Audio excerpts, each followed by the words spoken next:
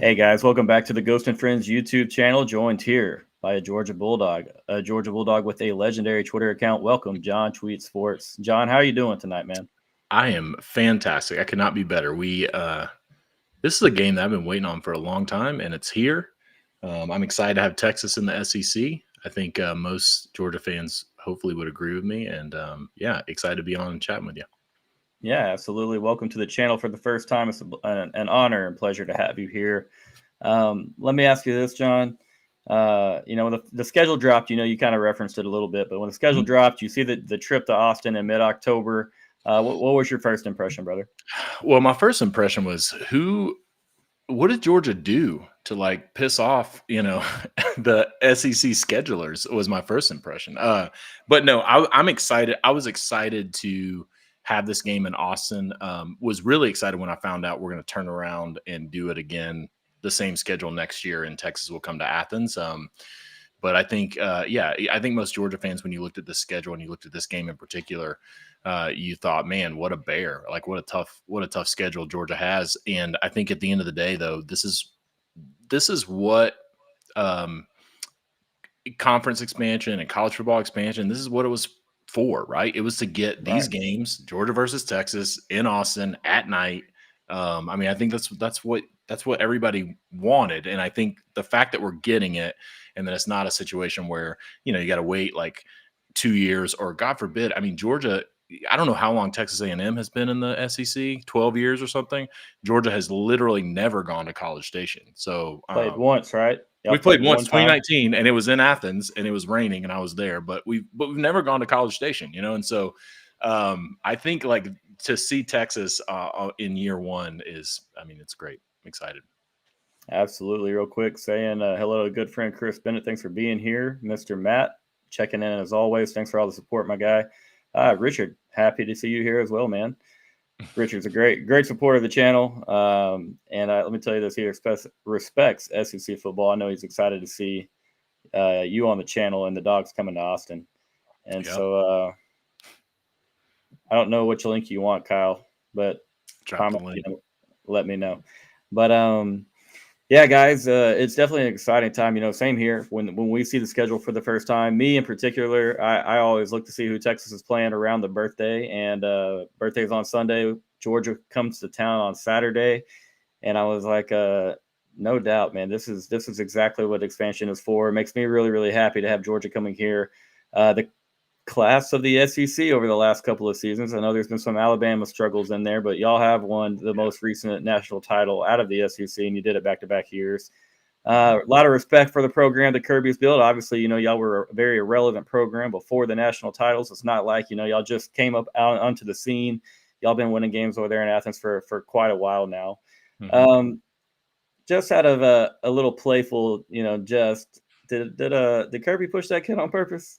Or was he going after Schumann?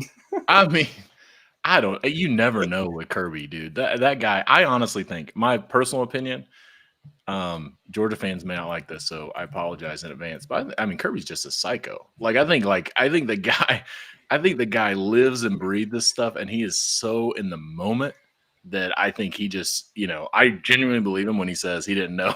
I think it could have been his wife running in between them two, and she would have gotten pushed at that moment. I think that's just who he is. And so, I know Mississippi State fans are upset, and it's interesting. And Mississippi State fans and Tennessee fans and Ohio State fans are the most upset about it. So the teams the team that was involved and the two teams that can't seem to beat Georgia are the ones who seem to be most upset with Kirby Smart's actions. But I mean, it happens in the moment. So I'm glad that he did say today, he did say he called Jeff Lebby, he called the kid, he did all the stuff that he was supposed to do. So I was glad to hear that for sure. Yeah, no, absolutely.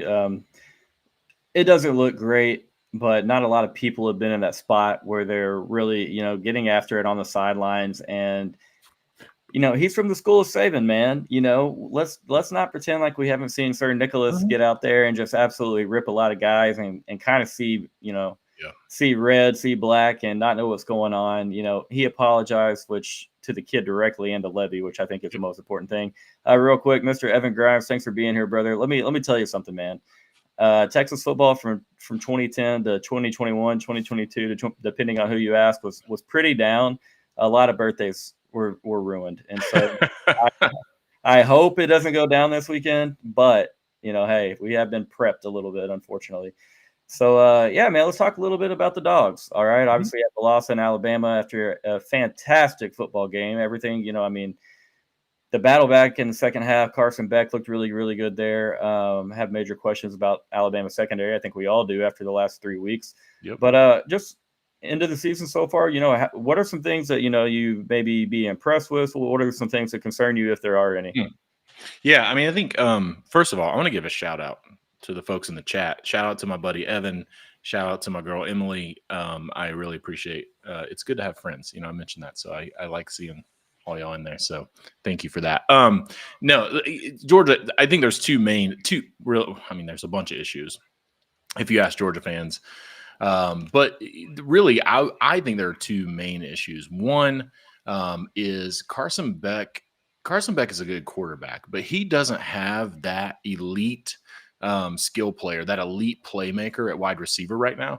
I saw a stat today where they were listing the number of yards lost because of drops. Right, so somebody had gone through and said, like how many yards, and Carson Beck is second in all of FBS with 197 yards lost due to drops. Right, so these are plays, that wide receivers should have made. And so I think that's one, is just not having that elite wide receiver. Somebody's got to step up and be that guy.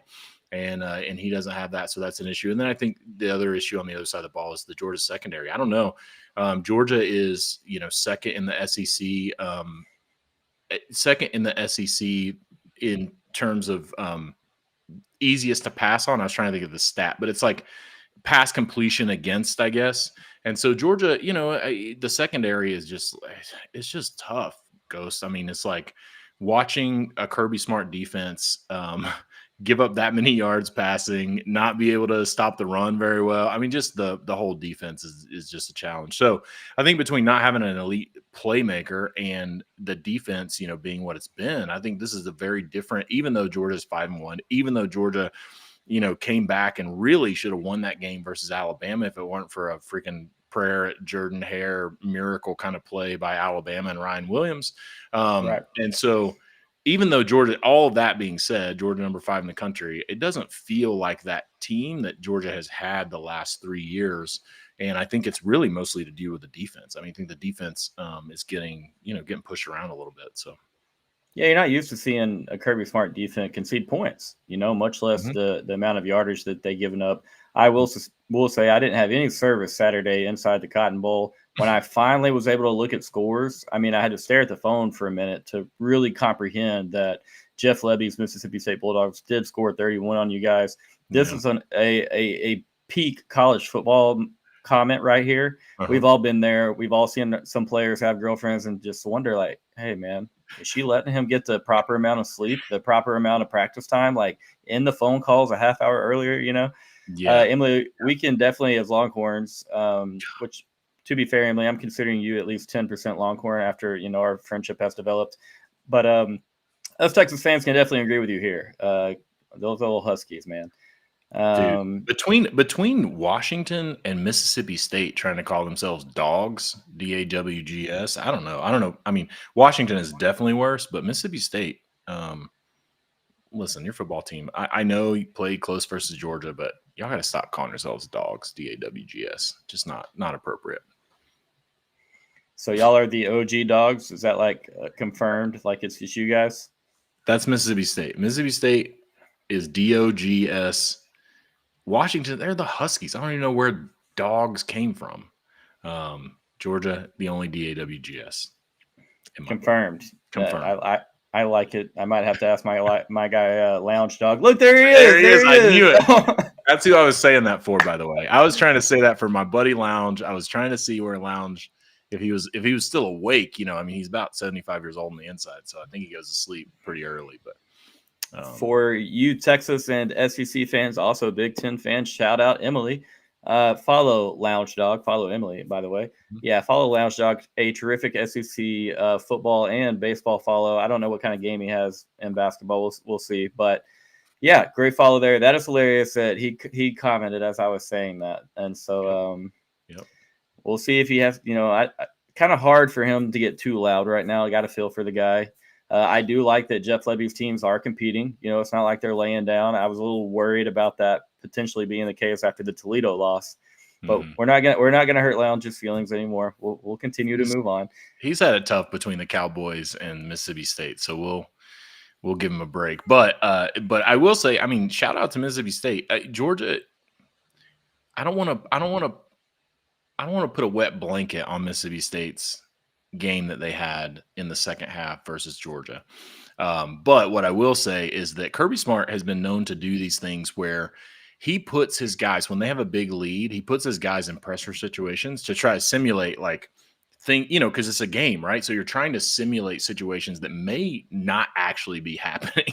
So you might have a 24-point lead, and he's like running pressure packages and putting, DBs on an island and doing a lot of stuff. And what we saw was he did that in the second half versus Mississippi State because Georgia was winning 34-10, and the players didn't execute, in those pressure situations very well. But that was, I will say, part of it that people don't. If you're not familiar with. Nick Saban did this too. If you're not familiar with how some of the, I'm sure Steve Sarkeesian does it too. If you're not familiar with how some of these elite coaches run their programs, when you get a big lead, you don't want to waste, you're not wasting snaps, right? So you're putting guys in positions that you're going to try to stress them and try to put them in a situation that's a really tough position to play or a really tough, kind of scheme to run or whatever. And Georgia didn't execute on it very well. But so shout out to Mississippi State for making it close. But it wasn't all. It wasn't all because Mississippi State was out there balling, for what it's worth. Well, Lounge, you have my the fullest support that you could ever have from a fan. You have that from me this weekend. Big time. Would love to see you guys go in there and hang with the Aggies. Would love it. We can agree at Texas A&M. I mean, come on, Texas A&M, they're winning too much right now. We need Mississippi State. The upset Mississippi State needs to come this weekend. They need to put it all together and go beat Texas A&M. Yeah, I kind of brought it up yesterday, but the Aggies are acting really weird on Twitter right now because Texas is really good. I think that's pretty evident. Or how good is Texas remains to be seen. But A&M's got a good team too. Yet everything that I can see, and I'm in the Aggies Twitter community somehow, and friends with a lot of Aggies, we have a great rapport. But they're just much more concerned with how overrated Texas is and this and that. I'm just like, man, y'all go get ready for an SEC football game this weekend. But I would really love if Ted Cruz stayed far away from Austin this weekend. I know this is a popular subject right now. Eventually, this man, you know how he rolls. He will show up.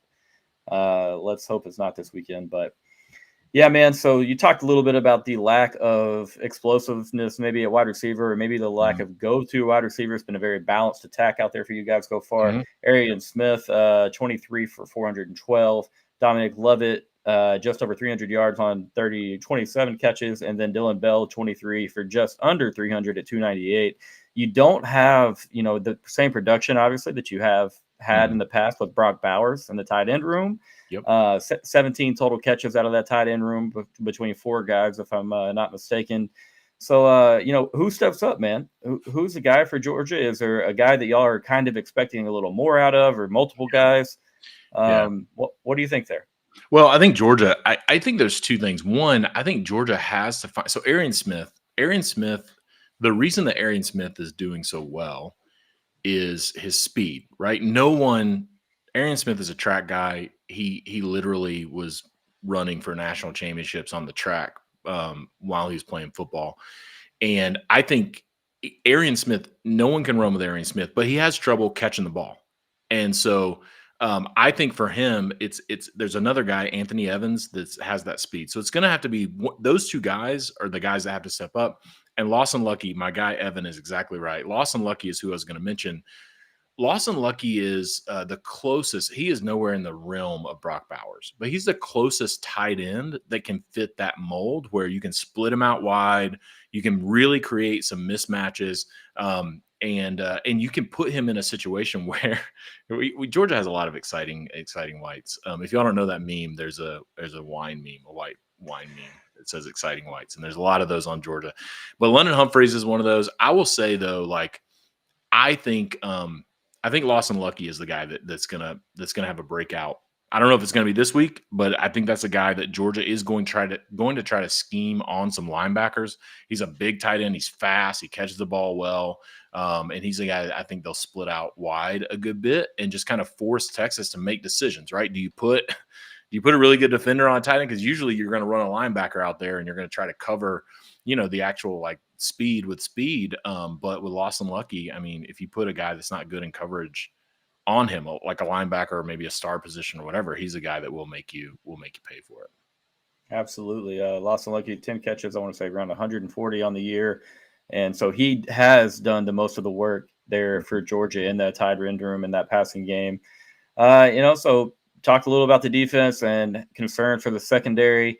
When you look at the Texas passing attack, what do you see? Obviously Quinn struggled a little bit early there against Oklahoma. A lot of fans were fearful of that because he had been without live reps, in over a month.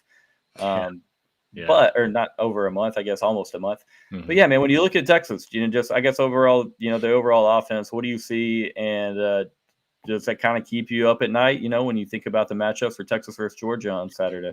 Yeah, I mean, I think the thing that stands out to me is just so where Georgia gets beat is if you can establish a run game on Georgia and you can cause those safeties to have to creep up and care about the run, then it gets very difficult for this current secondary to actually cover. And so I think my concern is really more about the run game. Honestly, it is, can those guys like, Wisner and Blue and some of those guys, like, can they, how much are they going to get going in this game? And I think, there's that piece, because I think if that gets going early for Texas, then I think Georgia, really could be in trouble. Now, we saw it with that Williams kid from Alabama. I don't know. I mean, I'll say this and I don't mean it to be offensive, but I don't know that Texas has a guy like that. Like, I don't know that Texas has even Isaiah Bond, if he's able to go, or Ryan Wingo or some of these guys. I don't know that Texas has a wide receiver like they had with A.D. Mitchell and Xavier Worthy and like some of those guys that really really makes it tough. But if the run game gets going, any of those guys can get open. And so that's the thing I'm worried about most for Georgia. Georgia hasn't been very good against the run. This is Georgia's worst run defense since, last year. Last year was not great. But if you take these 2 years, since like 2017, 2016, it's been like a long time that Georgia has given up this many yards rushing.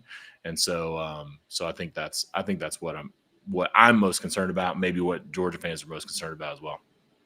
Makes a lot of sense. Real quick, I'll get back on that. Emily, appreciate that. I do like this hoodie a lot. It is a little bit lighter than burnt orange, and I'm not going to lie, as a Texas guy, like, it bothers me a little. I'd probably wear it a little bit more if it wasn't more on the Tennessee or even like the Clemson. But yeah, and also, guys, get your University Traditions hats. They've got hats for everybody. I'm pretty sure for Georgia as well out there. I in particular, I love the LSU line that they have. They make some absolutely sick Baton Rouge hats, but I'm not going to spend my money on LSU stuff. Hello, Matt. Good to see you here as always. I see they're giving you a proper introduction in the chat, or a proper welcoming rather in the chat. But Richard, he calls it how it is. Texas is very, very balanced at wide receiver so far. And it's not just with 2 guys, 3 guys, 4 guys. DeAndre Moore, Ryan Wingo, Isaiah Bond, Matthew Golden. I'm missing another name or 2 in there. Jonte Cook didn't get any run against Oklahoma, but they're 6 deep, and Sark, is very, very, very creative. It's so fun to watch Texas games because you really never know what you're going to get out of Sark. He runs so many different motions, and he likes to use tempo at times. Other times he slows it down. And so I am curious to see, this Georgia defense and how they adapt to Texas and all the window dressing that Steve Sarkeesian will do. There's no doubt that Kirby and, Sark have had a little bit of preparation for this game, probably months in advance. There's definitely some advanced scouting that most likely went on. Mm-hmm. And hey, Evan, I really hope you come to town this weekend because I have a good feeling that Texas will impress you. I'm not saying they're going to rock you or blow you away or anything of that nature. I'm not saying I hope we do, but I will think you, at the end of the day, you would feel that Texas does stack up with some of the better SEC environments out there. Kyle, I appreciate you combating back. This is how we do it, brother. Which it's not. I love Athens, Georgia. Have I said that? That's great. But so yeah, man, I mean, I am worried because it's a big, strong, physical Georgia offensive line. I've seen a little bit of tape on you guys. I'm not going to sit there and say I've watched everything. It's early in the week. I watched most of the Alabama game. Mm-hmm. I am feeling better after watching some of your interior offensive line about how we stack up with the interior of our defensive line. What do you think? Is this on par Georgia offensive line, better, worse than average, or worse than normal? And still a worse than normal for what you've had in the last couple of years. It doesn't mean that it's still not a very good offensive line. So, what are your thoughts on the O-line play there? Yeah, I think what's happening. So I'm not sure how you mentioned it. I'm not sure how far you gotten in your film watch, but Georgia has been rotating offensive linemen all year at different positions. So this past week they moved. So Xavier Truss started at right tackle. They moved him interior into guard and put this young guy Monroe Freeling out at tackle. And I think Georgia, the issue right now, Georgia's offensive line is certainly not what I'm used to from the last few years. But I think that, there you go. Evan knows. It depends on who's playing right tackle and guard. It's that right side. It depends on who's playing the right side. And it also depends on Ernest Green as the left tackle. How Ernest Green goes is how that offensive line goes. So versus Mississippi State, he was getting beat a little bit in that game. And, I think if Ernest Green shows up and he plays left tackle like he can play left tackle, then it's really just that right side. So if Xavier Truss is in at right guard and Monroe Freeling is carrying his weight at right tackle, then maybe we'll be okay. If not, I think Georgia will rotate some guys in and try to figure it out. But I'll just say it's not the offensive line that Georgia fans are used to. But at the end of the day, it's not bad. This is an offensive line that certainly can, versus Mississippi State. I'll give you an example. Kirby Smart, Mississippi State started coming back. Kirby Smart let Georgia, kind of play with their food a little bit, as I refer to it. You're up 34-10. All of a sudden they start making a little bit of noise. And the last drive that Georgia had the ball, they went 81 yards. They went 16 plays and they ran the ball 12 times. It was just all right, we're done. It was that moment where Kirby was like, we're done here. And that offensive line just took over and was like, all right, you're not going to stop us. We're literally going to bully you for 12 run plays, go 81 yards in 16 plays and take a ton of time off the clock. And so if you watch stuff like that, that gives you hope as a Georgia fan, where you're just like, if they get to that moment where they're like, all right, we're literally just going to bully you. I don't think they can do that with Texas, but they have that capability still, which is what I think Georgia fans have been looking for earlier in the season that didn't seem to be there. And I think it was just because Kirby Smart, didn't want it there, but he wanted it there versus Mississippi State. I think he got tired of that game, just to be honest. I think he literally was over it. He was like, all right, we're just going to run the ball down their throat. And I think Georgia, seeing that, I would say the offensive line, it'll hold its weight versus Texas. I think the bigger issue is, when Texas is going to bring pressure, they're going to try to pressure Carson Beck. And the bigger issue for Georgia when it comes to pass protection is running backs, right? So you have Trevor Etienne, and then Branson Robinson is hurt now, who was Georgia's second guy. You have Nate Frazier, who's really good, but he's a true freshman. So in pass protection, it's like all these running backs, seem to be confused a little bit. And so I think that's what I'd be more concerned about than the offensive line as Georgia fans. And that's a great point. about Texas bringing pressure real quick. I'll get to that. Nash, I appreciate you being here, brother man. I hope you like how I stole the way that you do your name. I did the same thing there. Shout out Nash Talks Texas. Had a great time with you Saturday, buddy. Like this video, guys. Show John some love. If you're watching on Twitter right now, do me a favor. Go to my profile. Follow that link in the bio. It'll take you right to the channel. Like this video and appreciate the sub, Mr. Evan Grimes. So, yeah, you guys subscribe to the channel. We got a lot of fun things happening here this week. Michael Taft's dad, Peter, will be on for you Texas fans that want to hear the Taft story. We're going to get into that. And then Friday, we have Amanda Atwell of Fox News battling Billy Lucci head-to-head. That is going to be a blast. Amanda's going to kill Billy. Come on, Billy. Billy signed up. Why did Billy sign up for this? I need to talk to Billy. That'll be a fun one. And so appreciate you guys all being here. Thanks a lot for the love. Even Kyle, you were on YouTube tonight. You're not watching on Twitter. You're watching on YouTube. You know that helps me. I see you, buddy. Thank you a ton. But yeah, man, does the Texas pass rush, and this 2 or 3 years ago, there's no chance I would have asked anybody this question. But does the Texas pass rush scare you a little bit? We've got Colin Simmons, who's kind of coming into his own as a pass rusher, the freshman out of Duncanville. And then depending the package, we're lining up Colin Simmons on one side, Anthony Hill off the other. Yeah. But the edge position group for Texas is very, very deep. There's a lot of guys that can go out there and cause issue. We've got a couple of lacrosse guys in the room. But yeah, just what do you think of the Texas defense overall? I know that a lot of people today on the timeline like to say that Texas was unproven, untested, haven't faced a top 60 offense. And hey, I've said the same things. Georgia's offense is going to be a lot better than anything that we've seen so far. They're going to be a lot more balanced. Oklahoma couldn't throw the ball whatsoever, couldn't run it either. Oklahoma sucks. Sorry, I love you Sooners out there, but it's the rivalry. Your team. It's your team. It's not you personally. It's your team. Yeah. Nash is great. Texas Clips. Fully agree with you there. But and then Nash, by the way, shout out Nash. One great guy. And then Alex Wergy, the other quarterback, poor guy. I can't remember his name at the moment. Very one-dimensional Michigan team. Very one-dimensional Mississippi State team. And so it's like this is going to be the best offense we've seen. But what do you think about that Texas defense and what you've seen so far? Yeah, I mean, Colin Simmons, like, I love watching that kid play football. Like, he is going to be an absolute star.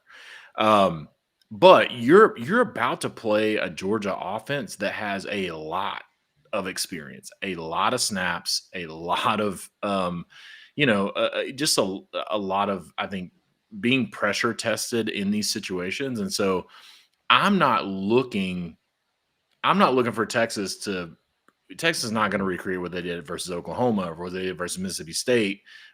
Certainly, this isn't UTSA like you mentioned. I mean, this is Georgia, and I think what's going to happen with the Texas defense, that pass rush, I do think that pass rush will give Carson Beck some problems, but I think Georgia is good enough to adapt. Like what you saw in the second half versus Alabama, was, first of all, Carson Beck played the worst game I've ever seen a Georgia quarterback play. And I watched, Grayson Lambert be the quarterback at the University of Georgia. Like it was so bad, 4 turnovers and a safety.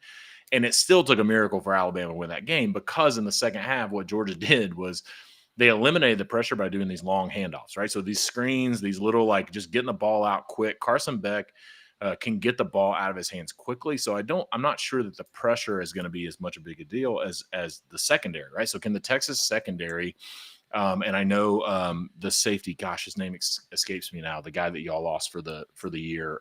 Derek Williams. Five-star out of the boot, Yeah, that dude was legit. So you got to figure out, like, who's gonna play, who's going to step up in his position. But I think, Carson Beck's going to get the ball out quick. I think it's going to be a matter of can Texas tackle, who's going to be the better tackler, right? Georgia has been notorious this year with missed tackles. Texas has been very sound defensively, hasn't missed a lot of tackles. But this will be, the kind of the best skill players that you played this year, guys who can make you miss. And what's going to happen is Georgia's going to get out quick. They're going to try to get it out to, a skill player in space, guy that's quick, Anthony Evans, London Humphreys, Arian Smith, those guys, and they're going to try to make you miss. And if you start missing on those screens, then exactly what, again, my buddy Evan just said, what Georgia does, what my Bobo does, he'll just screen you to death. You'll start missing on those screens. Everybody creeps up, and then he hits you over the top, right? Like he hits you with Arian Smith, like running, a go route that nobody can run with him, and hopefully he catches the ball. But that's what's going to happen. And so, if Texas can tackle, if those guys if Georgia can't make Texas miss, then it's going to be a long day for Georgia. But if they start making Texas miss, that secondary, that's going to be the matchup. Can the secondary tackle? What are the yards after catch look like? And the winner gets to claim A.D. Mitchell. Yeah, I thought I like that. I will say this: Adonai Mitchell is one of my favorite players that have ever worn burnt orange, and he did it for 1 year. I loved his story. I love his knack for making the big plays in the big games during the big moments. If you want to see some good stuff, watch A.D. Mitchell in a Georgia uniform catching game winners in a national championship and game winner in a college football playoff. Like that's if you like A.D. Mitchell, go watch some of his Georgia tape. It's really good.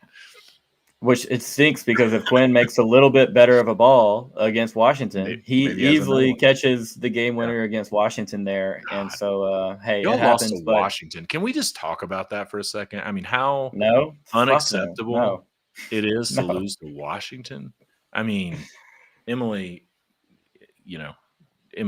got to be mortified that Texas lost to Washington. Well, we talked about it on the show a couple times. I mean, we're combined 0-4 against Dan Lanning and Oregon in Washington in a 15 game stretch because we lost to them the last game of the 2022 season in the Alamo Bowl, and then obviously they lost to them twice last year, as did we. I thought there was no chance in hell that Washington would have beat Oregon in the Pac-12 championship game, especially the way that the first game played out with Dan Lanning leaving so many points on the board there. Yeah.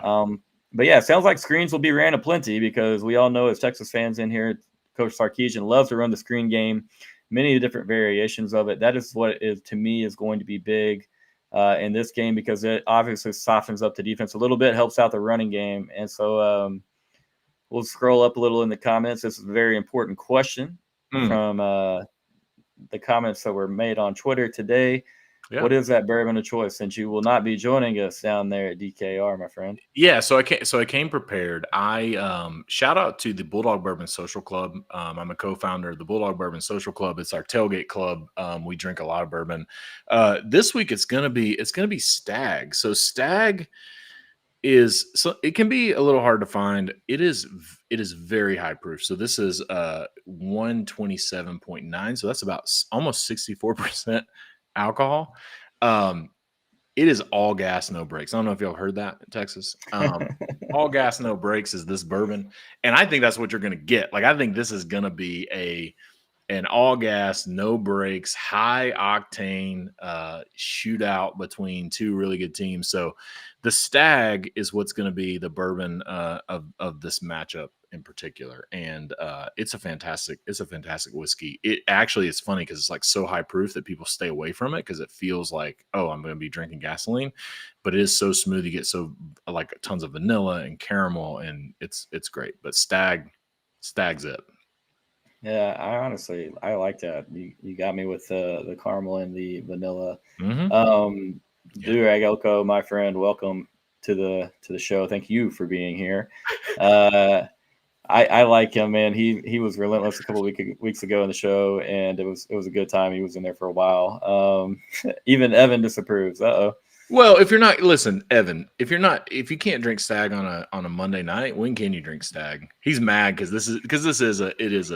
it is a tough bourbon to find, and it is a little bit expensive. So he's mad that I pulled out a good bottle, but it's a good game. So dude, Texas. Yes, Blanton's, please do not drink Blanton's, people. Blanton's overrated.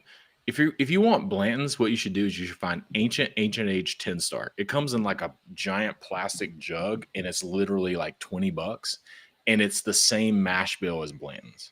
It's like it'll taste the same as Blanton's. Ancient Age 10 Star. Don't drink Blanton's. I have, very loosely held opinions on Bourbon, if you can't tell. No, I like it. I'm in the same boat a little bit with you there. Matt, what are you talking about, brother? Yeah. I just need to know. I love you, but I don't, I'm not, maybe I missed something. Maybe I'm the goofball here. Bland's tastes like Henny. Oh man. That's good. Hmm. And Nash talks Texas chip, checking in there. There you go. Okay. I got you, Matt. My bad, brother.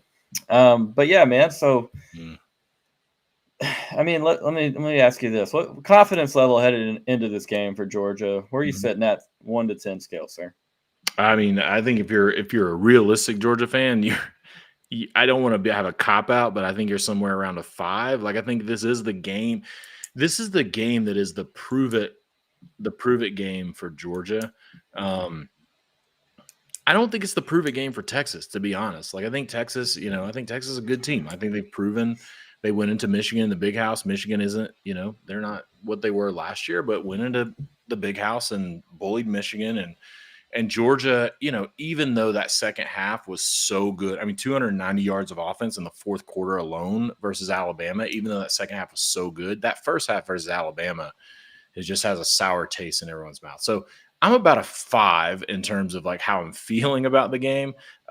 If Georgia can do 3 things, if they can establish a run, if they can limit turnovers, and if they can, control the clock a little bit, I think, that would move definitely from like a 5 to an 8, like pretty quickly. But if Georgia comes out there starts going, 3 and out like they were versus Alabama, it's going to be tough. I mean, Texas is a good football team. I think this is something that at the beginning of the year, I think a lot of Georgia fans probably felt like, you look at the schedule and you're like, oh man, that's a tough schedule. But you also feel like, this is Georgia. And then I think you look now and you're like, dang, we got to play Texas. And I think Georgia fans are really feeling that if they're real with themselves. Fair enough. I mean, the Alabama loss hurts. It kind of makes this, would you agree, a must-win game for Georgia? It's, you've got Texas still on the schedule, obviously Florida, the last road game for you guys at Ole Miss. But I think a 10-2 Georgia still gets in. But I mean, do you really want to sweat that out or not? No, well, I think a 10-2 Georgia gets. I think a 10-2 Georgia gets in if it's 10-2. Well, it's really an 11-2 SEC champion Georgia. But I think if Georgia drops this game and then wins out and then loses, maybe to Texas again in a rematch in the SEC championship game, or loses to, I don't know who would come out of left field. Maybe LSU at this point. They're 5-1. I don't know, but loses to somebody else in the SEC championship game. But I will say, this does feel like a must-win game for Georgia. On the other side, I will say, I think, Matt was right. I think it's a prove-it game. I think people have said Texas hasn't played anybody. You said it, hasn't played a top 60 offense all year. I think the best offense they played was 67th, and they had a couple of like 120s in there. And so I think it's a prove-it game for everybody. And I think at the end of the day, like I think the winner of this game has an inside track to not just a bye in the playoff, but really just to that, kind of the momentum that you need going into the second half of the year, right? It's like that the schedule for both teams, even though Ole Miss doesn't look like they're that great anymore. Florida is Florida. Georgia does have Tennessee, but they get them at home. Like all those things, it's like that second half of the year is going to be tough no matter what the schedule looks like for either team. So the team that comes away with this has the momentum for sure. And I think that's so big especially going into November football and college football. Absolutely. I mean, and real quick, Durag, we did reference your football program for a couple of minutes. So just hit that rewind button, bud, and you'll catch up on that and how Mr. John feels about you guys over there in College Station. I love that we're fighting over baseball here in October. It just shows how much it all still means to everybody. Just means more. It just means more. It just means more. What a sport. What a summer for the Longhorns and Aggie baseball fans. But 10-2 Georgia's getting in. But yeah, I think you would need to get into that SEC title game. But hey, you lose this game, Texas is looking very, very good to at least occupy one of those spots there. Yep. I worry for Texas if we lose a 4-quarter war with the Bulldogs on Saturday, and we got to turn around and deal with Diego Pavia, who is proven. He's a bit of a giant killer himself, and so hey, we got a bye week after that. I really need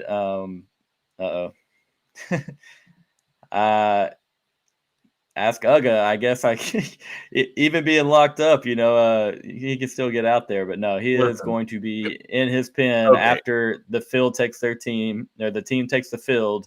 Before the team comes out to take the field, Bevo comes out first, and from that moment on, he will be in the pen. But go ahead, Mr. John. I have to interject, okay?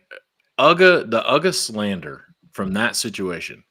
The Uga's handler, if you watch, Uga was about to go for the jugular. Uga was going in on Bevo, and the handler pulled him back. I think it was a disservice to Uga. I think Uga was going to hold his own, was going to go in for Bevo, and the handler pulled him back by the leash. So go back and watch the tape. Let's not disparage Uga. That Bulldog was going for it. I am more than happy to put that on the timeline tomorrow. We can let everybody decide. Let's do slow motion. I want to show it.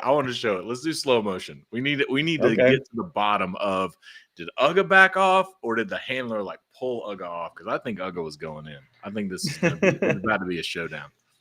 Oh my God! Here we go. Now we got the dog off going. Oh my God! Revel? Are you kidding me? Revel is a Lassie wannabe. Revel wishes he, she, I don't know if it's a he or she, but could be Lassie. It's a female, and it's named Reveille. Don't let him. Be careful, man. They're gonna Aggie Twitter. Let me ask you this. How many? I'm gonna say this. How many Texas A&M fans can spell Reveille? I want to know. How many could spell it without seeing it correctly. We know we have one. We know it. Shout out to Elko. Is that right though? Do we know if that's right? I haven't looked it up. That's a good question. Is it right? Good question. We're going to change the narrative to now that Durag Elko cannot spell his own mascot's name. The mascot's name. I mean, I just want to see.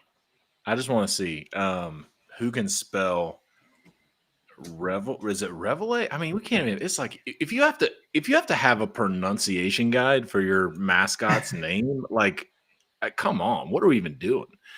It's like you got anyway. Texas A&M. There's no love lost with Texas A&M. Anyway, what a good sport. I will say this. I was at the 2018 Sugar Bowl. I guess it was played in 2019. I was at the Sugar Bowl. I was sat not the bottom level, but in the next level up at midfield. And I'm watching Bevo and Uga box a little bit. And I had, I'm in New Orleans all day. I have 8 o'clock kickoff. I had a few drinks, and I was like, am I watching what the hell I think I'm watching right now? Did Bevo really try to charge Uga up? And little did we know that was going to play out for the next 3.5 hours. But hey, I'm fully ready to sit here and say, Georgia probably wasn't super motivated in that game. Doesn't take anything away from the result. Yeah, no, not at all. Not at all. So Kirby Smart, I will say this. Let's revisit that Sugar Bowl.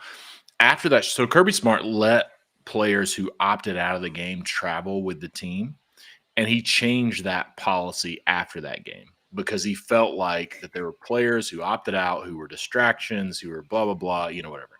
Texas bullied Georgia in that game. It's fine. We can admit that game, it doesn't change the outcome.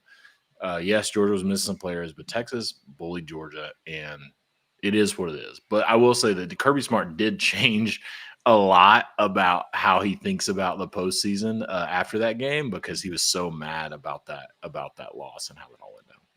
That's pretty great.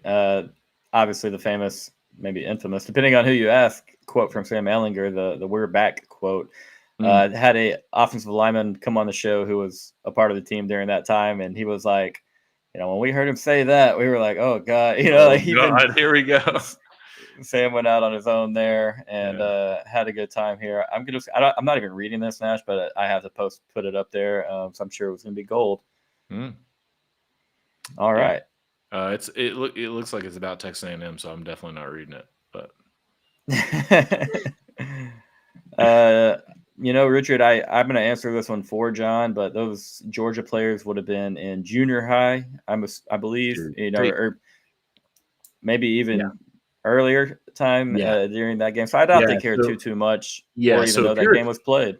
If you're a true freshman on this Georgia team, you were 12 years old when that game was played. So this isn't, I don't think I will say I think Kirby Smart has a chip on his shoulder, but even when you look at the Georgia staff, there's not a lot of guys left on the staff besides Kirby from that game. So I think a lot of that is maybe a little bit overblown, although I appreciate it for college football. I want to believe that it's we're going to avenge this Sugar Bowl loss and the team actually cares about it. I want to believe it. But as somebody who actually played, I know that you're pretty far removed from it.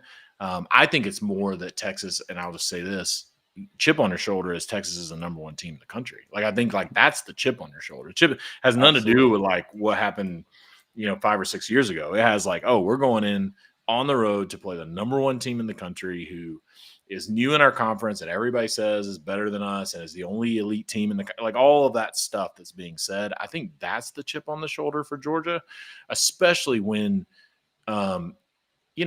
Georgia's 49-2 in their last 51 games. That's a lot of winning. So to go into somebody else's house and know that like, okay, well, the only team Georgia has lost to in their last 50 games is Alabama. And so, I think it's more that than it is whatever happened in the Sugar Bowl. Yeah. I mean, obviously we had to bring that up a little bit after, the whole Uga and Bevo controversy. I love it. I love the Uga and Bevo thing. I love like mascots in college football it's one of my favorite things to talk about. Like I love, ranking mascots, ranking live mascots versus mascots in costume, like all of that stuff is it's what makes college football great. Like no one's talking about the mascot of the freaking, Dallas Cowboys or whatever the Falcon is, Freddie the Falcon for my Atlanta Falcons. Like nobody goes to the games caring about that. They do go to the games caring about, oh, I saw Bevo. Oh, I saw Uga. I think that's really cool. I mean, yeah, the mascots, the bands, the fans, the new LED light shows, like, oh, it just makes it all. I love every bit of it. Let me tell you this, Durag Elko, I am 110% firmly behind you on this. I hate the artificial turf at DKR. Yeah. I would take it off overnight if I didn't think I would never be allowed back into the facility. But just 2 more seasons or a season and a half. 2026, we're going to have grass, and we're going to have grass on the baseball field too, which is even better than having grass on the football field because that turf on the baseball field at the dish is atrocious. And it's just unnecessary. Like, come on, Mr. James, tickets are definitely still available through third-party markets. If you get on Twitter, I don't know if you have a Twitter account. That's where we all kind of hang out. There are random tickets floating around. Just make sure you're buying from somebody that is legit. And if I can help you whatsoever at all in your hunt, please let me know. I'm happy to do so. I'm on the hunt for a couple of other folks as well. I don't know much about turf and grass, brother. I'm not much help here. Absolutely, James. You're more than welcome. Nash, I thought it was going to be on the baseball field. Don't ruin my night. Oh, it literally can't grow. Oh, here we go. All right, show's over. But no, before we get you out of here, John, keep you another few minutes. Let's talk about, and real quick, guys, once again, please like this video. Show John some love. Kyle, you're that guy. You don't need any help. Everybody. And if I tried, but like I told you, I would try. But yeah, it feels like some of us do have to take out mortgages to get up there. It's going to be a crazy weekend in Austin with this game, the F1 races that I admittedly know nothing about. Howdy, Carson, checking in from Aggieland. Appreciate you being here. Kyle, send me a DM. I can try to help you with tickets if you're serious, because I have Georgia friends who have tickets that we could probably help you out if you're serious. Well, there you go. James, I don't know James is the one in need. I don't know how you can contact me, but at 40 Acre Vibes, you see on the screen there. If you have Twitter, if you have Instagram, if you have TikTok, whatever you have, reach out to me there, and I'll put you in contact with John. And yeah, if you're serious, like you said, if you're serious, If you're sounds like serious, we can help you. Like I have people who have tickets. If you're serious, but I don't want to. I can't burn my social capital on guys who are just go. interested. Yeah, just interested guys. So there you go. Reach out to John or myself, obviously. All right, Nash. Whenever you do hear, you let me know, because this has now become the top priority in my life. Okay. So yeah, but no. So guys, like this video, show John some love. I really appreciate all the love you guys have shown the channel lately. It's fun to look at all the analytics behind it, and it just continues to grow. Yeah, it means the world. I'll say that. But so, John, talk a little bit over the overall SEC picture. Would you say Texas, Georgia, Alabama, if you had to rank a top three, would that be pretty clear to you that is the top three, or is there still some question marks in there? Man, Alabama's a big question mark. Even though they beat Georgia, Kalen DeBoer has gotten out-coached for now 10 quarters since they dominated Georgia in the first half of that game. So Georgia almost came back and beat them. Vandy beat them. South Carolina should have beat them. I mean, the whole thing. So I have a lot of questions about Alabama. I wouldn't sleep on LSU, man. That game versus Ole Miss, I know that they were down, and I know that they, were. I know that they were in a situation where maybe they shouldn't have won that game versus Ole Miss. But don't sleep on LSU. If Nussmeier gets it going, LSU could really, really make some noise. I think for right now, it probably is Georgia, Texas, and Alabama, but or Texas. We'll do Texas, Georgia, and Alabama in that order. But I think Alabama has a lot of question marks, and it's surprising, to me. I'll say this. I think Kirby Smart. I think Kirby Smart has an Alabama problem. Clearly, the only team he's lost to in 4 years. I mean, literally in almost 4 years, in 3.5 years, the only team he's lost to is Alabama. And so I think he has an Alabama problem for whatever reason. He has the yips or something. That first half was very clear, but yeah, I think it is Texas, Georgia, and Alabama. But LSU, man, watch LSU. If that defense gets going, especially, watch out. LSU can make some noise. All right, Nash, thank you for that update. I'm not posting it up here, so it kind of depresses me a little bit, because I thought it was a absolute 110% certainty that that the dish would have grass. Yeah, man, it's hard to say. LSU has a pretty interesting next 2 weeks. They have the road trip to Fayetteville this weekend, and then they go to, if I'm not mistaken, A&M. Is it the following week? No, it might be 2 weeks from now, because I think A&M has Mississippi State. But yeah, 2 of the next 3 games for LSU on the road at Fayetteville against Arkansas, and then in College Station against the Aggies. Hey, man, I really didn't think they would, they were going to pull that game out with the Rebs the other night. They got outrushed by over 100 yards. Jackson Dart outplayed Nussmeier, but hey, they found a way. And so, yeah, I agree with you there. I mean, you can't write them off. They haven't lost a game since they lost to USC there, opening the season in Las Vegas. This is great, Durag. I mean, come on, man. Yeah, come on, buddy. That defense, that secondary. Are y'all really doing a blackout for LSU? Ooh, is that a real thing? Blackout. As someone who sat in a blackout in 2015 and watched Alabama beat the brakes off Georgia, blackouts. Got to be careful. Got to be careful. I will say this though. I mean, I know, I've dunked on Texas A&M a little bit. I think Mike Elko is the truth. I think Mike Elko is a really good football coach, and I think Texas A&M, they're gonna make some noise over the next couple of years, for sure. Yeah, no, I mean, they're all freaking out over hiring some big name, and you look at the defenses that Mike Elko had under Jimbo and how quickly that whole operation deteriorated after he left on the defensive side. It was pretty clear that man, knows ball. And then he goes to Duke and does what he does at Duke in 2 seasons. And so, I mean, I was saying, if Aggie Report's listening, if you're out there, buddy, tell Durag, I need you to talk my noise for me. We're playing golf together, and I'm like, you should just hire Elko. And they're like, okay, that's not sexy. That's not splashy. Like I get wanting to have the big hire, the splash hire, the attractive hire, the one that recruits are in the group chats texting and like, oh my God, we got him. Wasn't that Jimbo? Right.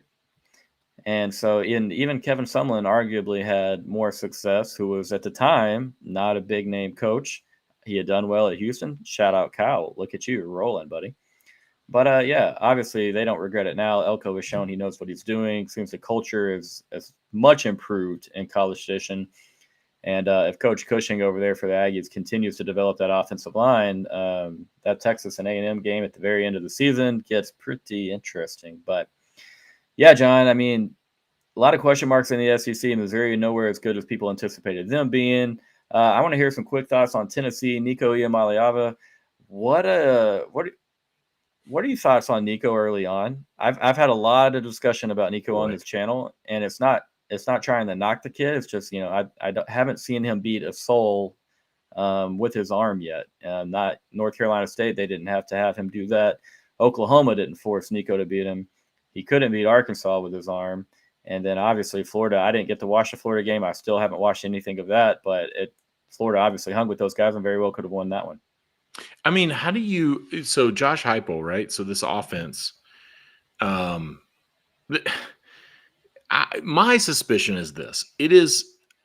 I think Nico is probably a little overrated, but I also think Josh Heupel, man, we've seen it with Kirby. So Josh Heupel, as the Tennessee head coach, has not scored more than 20 points versus Kirby Smart, right? So we've seen, like I've seen as a Georgia fan, I have seen Josh Heupel's offense exactly. That's exactly where I was going at. I have seen Josh Heupel's offense make all this noise. 52 points versus Alabama in 2022, came into Athens, scored 13 points. And so it's a gimmick. And the gimmick is you spread people way out, and the quarterback, if the run game is going and the quarterback can make the first read, the offense works. If the run game isn't going, or if the quarterback can't make the first read, that offense is putrid. And I've seen it time and time again versus Kirby Smart in Georgia, which is my perspective. But when you look at this, that's exactly what's happening. I mean, what's happening is that teams have figured out how to play the run from these wide positions. So what Josh Heupel, we don't have to get into technicalities, but what he wants to do is he wants to spread you out, and so that your corners can't be a part of the run game, right? So that right. Basically eliminates like 2 to 3 players from being able to be part of playing the run. And teams have just figured out how to do it, like how to deal with it. And I think Nico, I said this versus Florida this week, where I was like, dude, I think Nico has gone full Joe Milton. I mean, Joe Milton couldn't make – his issue was he had trouble making those A to B read, and I think that's where Nico is. Like he if the run game isn't going and he's like, oh, the first read isn't there, I think he struggles after that. Like it's like, okay, if I can't do these, these two things that make this offense work, Hendon Hooker was a guy who I will say, I think Hendon Hooker was a guy who could beat you, right? Like Hendon Hooker was a guy who's like, okay, if the first read isn't there, if the run game is getting stifled a little bit, we have some stuff in the bag where I can beat you over the top. Joe Milton couldn't do it, and I don't think Nico can do it either. No, I mean, the aforementioned 52 points in the win over Alabama was done by Hendon Hooker and an offense that, hey, everything that you just said mirrors everything I've said on this channel about the first reads, about him struggling to, go through the progressions, and it looks like he wants to tuck and run a little bit earlier than he should. Everything that you said right there, in my opinion, is spot on. And so, I was just curious. I like that you validated my opinion a little bit there, and obviously you're a man that knows his ball. Heupel does seem to be a little bit exposed now. Florida very well could have pulled that game out. They didn't dominate an Oklahoma team, a defense that was on the field for much of that first half. And the second half, they were able to expose them in the run game a little bit, picking up chunks. And so that's why we didn't have to see Nico and Josh Heupel, make those second, third, fourth reads. But good. Well, what you saw, not to belabor the point, but what you saw with Oklahoma, then Arkansas, and then Florida, when you start playing teams who have actual athletes playing corner, who have how good they are at corner or not is irrelevant. If you have guys who are fast and physical and they can get from outside the numbers inside to play the run, and so your run game isn't doing anything. Like when you have athletes on the field, and that's what Oklahoma had, this is what Arkansas had, this is what Florida had, and you saw Nico, 194 pass yards, 150 something pass yards versus Arkansas, and then I think he barely broke 160 versus Florida. It's like, I mean, you see that stuff happening, and it's like, man, it's going to be a tough road. Now, I'm going to be interested to see what, I'm going to be interested to see what Tennessee can do versus Alabama, if anything, because Alabama, got exposed too versus Diego Pavia, and then I mean, shoot, South Carolina. South Carolina is not a good football team, and they should have beaten Alabama. And so I'm interested to see, like, can Heupel, can he gimmick enough, especially at home, in Neyland Stadium, like all that stuff? Can he gimmick enough to beat Alabama? Maybe he may be able to do it. That seems to be the question mark with Alabama. Secondary has really, really struggled. Obviously, Carson Beck lit them up in the second half. Diego had a field day. And then last week, Norris did throw a couple picks there, but he hit some big, big plays there. One in particular on a fourth down, the coverage bust from Alabama. I don't know, man. I want to say Alabama smokes them for the reason that you mentioned earlier. If you just have athletes in the secondary, and you don't concede that first read to Nico, then, it gets a lot more difficult for that offense. But, hey, Vanderbilt ran the ball really well against Alabama. I think they still ran sub 4 yards per carry, but they ran it well enough to where they could still be multiple run pass. 2nd and 6 is a lot better. And speaking of our game, that's going to be massive first downs and not allowing you guys to get into your play action game. The flip side, that's where Texas struggled with Oklahoma there in the first quarter is we lost the first down on our first series. Second series got put behind the chain. Sarkeesian said all this. I said all this before the game, how important it was. Even more important against a much better team in Georgia. But, yeah, man, just had to ask about Tennessee. We shared a little bit of opinions on Alabama, LSU. I don't think Missouri is really worth our time. We talked a little about the Aggies. Anybody, one last question before you get you out of here, John. Anyone in the SEC that has totally surprised you this year that is not named Vanderbilt? I think Vanderbilt's going to have a surprise. Yeah, I'm going to say it's an interesting question, right? So Vanderbilt is clearly the most surprising. I want to give a little bit of a nod to South Carolina, and mostly because of, it's a team that, like I said, just should not be very good at all in any way. And they blew out Kentucky. They struggled like crazy versus Ole Miss, got blown out. Then they turned around and almost beat Alabama. So I think South Carolina, that up and down thing is going on with them. But like for what they have from a talent perspective on that team, it's just tough. The truth is, though, I mean, let's just be honest, and I was trying to avoid saying it, Texas A&M has been the most surprising team to me. Like, Texas A&M that is looking like an actually legit football team. I think we expected LSU to be pretty good, expected Texas to be good, expected Georgia to be good. Alabama may be surprising for another reason. But I think South Carolina and Texas A&M are the two that are most surprising for different reasons. And just Shane Beamer, like I'm not a Shane Beamer fan, like I'm really not, but the guy, for what he's doing with what he has, like kudos to him, man. Because he has his team 3-3, but he's, within a field goal of beating Alabama, within a field goal of beating LSU. The only real dud was Ole Miss. And so, shout out to Beamer. Yeah, absolutely, man. They very easily could have beaten LSU, as Evan just mentioned.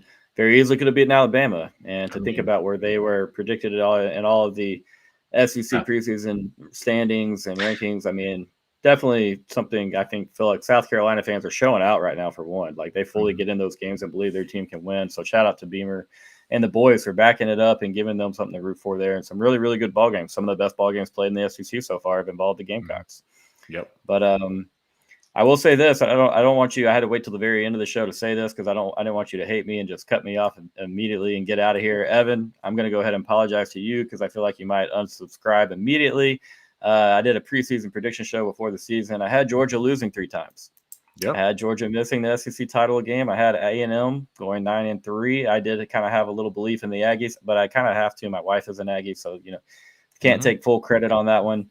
But oddly enough, I had you guys beating Texas, so I kind of covered myself there in those tracks. I had you guys losing to Bama, Tennessee, Ole Miss. I do not think there's a chance in the world y'all lose to Tennessee anymore. Pretty crazy prediction. Like you just brought up the stats that Heupel has failed in offensive production against old Kirby's Bulldogs. I mean, but he hasn't scored more than 20 points against Kirby, which is wild. Like I need to go back and look. He may not have scored 20, period. Like I think he may have hasn't scored 20 yet. I think it's been 17, 13, and 10. I think has been what he scored against Kirby, which is wild. Yeah.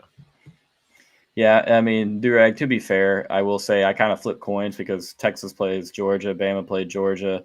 And then, I was kind of flipping coins. It's impossible to predict this conference. I felt good about Texas being a good team. Yep. I thought Alabama would be a little bit better. I really did. I felt really smart about my predictions. Hey, Ingrid, I got to cover myself real quick. That is not this week's prediction. I will be taking Texas. This was a preseason prediction. And like I said, emotionally hedging, trying to cover myself. But it was all a mess. That prediction show was a lot of fun. Everything's kind of going good from the prediction as far as conference champions and whatnot, except for I had Alabama winning the SEC and kind of regret that at the moment. But, hey, just in case that was ever clipped, I had to bring it up to you, John, let you know. I wasn't talking noise. I just, I wasn't as high on the Dogs as most people probably were or should be. But, hey, I've seen what Georgia has. I think they're right there with Texas as the best teams in the SEC so far. Saturday will be fun, brother, and I really appreciate you taking the time to hang out with me and a bunch of Longhorns and bringing some of your Georgia Bulldogs over. It's great to meet Evan and some of the other friends. Yeah, it's going to be great. Listen, like I said, a lot of us did not want SEC expansion. A lot of us did not want conference expansion, college football playoff expansion. I mean, there are some purists out there. I probably lean to that side a little bit, but I will say this is now that we have it, these are the games that you want. Like you want Georgia going to Texas on freaking F1 weekend and 400,000 extra people in Austin. Like that's what you want. And so I'm excited to see what happens. Win or lose, I think this is good for college football. And I think college football needed these kind of games in a lot of ways, especially with the SEC, because Georgia, again, I'm not disparaging Georgia when I say this, but like the SEC East, it's like, it was tough looking down the barrel of a schedule and you're like, oh, we got to play Vanderbilt and South Carolina and Kentucky, and Florida's down. And it's like, it's tough looking down that barrel, but looking now and it's like, oh, you got to go to Texas. I mean, that's a big, big game. So I'm excited to see what happens. I will say, don't be surprised. I'm going to say this because I'm on a Texas show.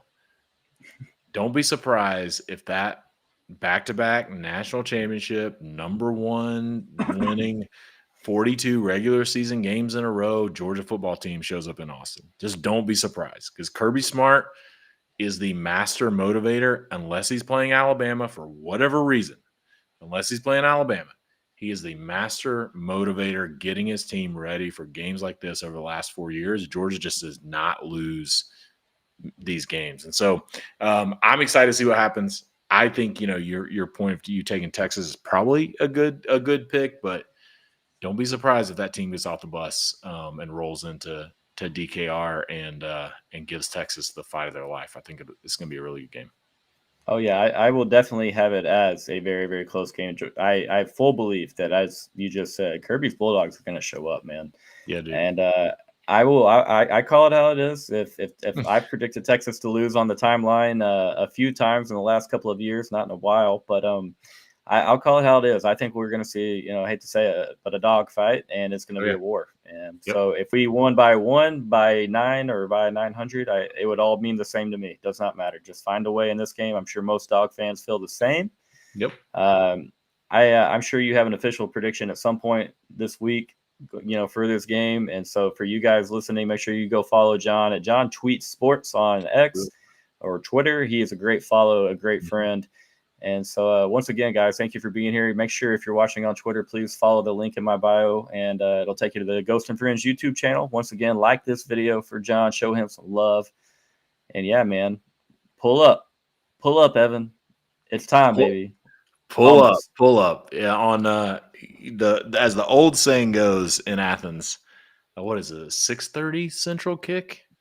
At 6:30 p.m. you got to tee it up and you got to play Kirby Smart and the Georgia Bulldogs. So good luck, Godspeed. I think it's going to be a good game. And yeah, also thank you for having me. Like I love your show. I love what you're doing. I'll just say this too. Shout out to Texas fans. I was a little bit nervous with Texas coming to the SEC because I was worried that we were going to get another Florida or Tennessee type fan base. But Texas fans are cool. You guys are not. You're not in the ilk of the Florida or the Tennessees, which are just candidly just crazy. Like people just absolute crazy. So thank you for being cool. Yeah, well, you just made one Texas fan in particular's night. If Ingrid is still listening or watching, knowing that we beat the better or the equal to or worse than Tennessee fan allegations is going to make her happy. She has stated many times she already dislikes Tennessee as much, if not more, than Oklahoma. And it's all because of all Twitter. They are out there in crazy forces. I will say that. It is insane. You cannot say much about the Vols without it going, very, very noticed by Vol Nation and them getting on you. But yeah, man, I really appreciate the kind words. It was a pleasure to have you on. Yeah, just love talking with people that know ball, that like you said, that can be respectful about it. Have a good time, and good luck this weekend. Hope to do this again soon. Good luck to y'all. Not that much luck though. So we'll leave it there. We'll see, man. We'll see. I feel like through the week I'm just going to get more anxious, more nervous, kind of how it always happens. And I hope you go through the same thing, okay? I hope the big Longhorn in the end zone at DKR and all the orange smoke and lights. I hope you lose just a little bit of sleep over it all. Just a little bit. Listen, trust me, we Georgia fans have lost sleep over less, so there's a lot to lose sleep over this week. Life as a college football fan. Absolutely. Good luck. All right, brother. Y'all have a good night, guys. Thanks for watching. Hook 'em, John. We'll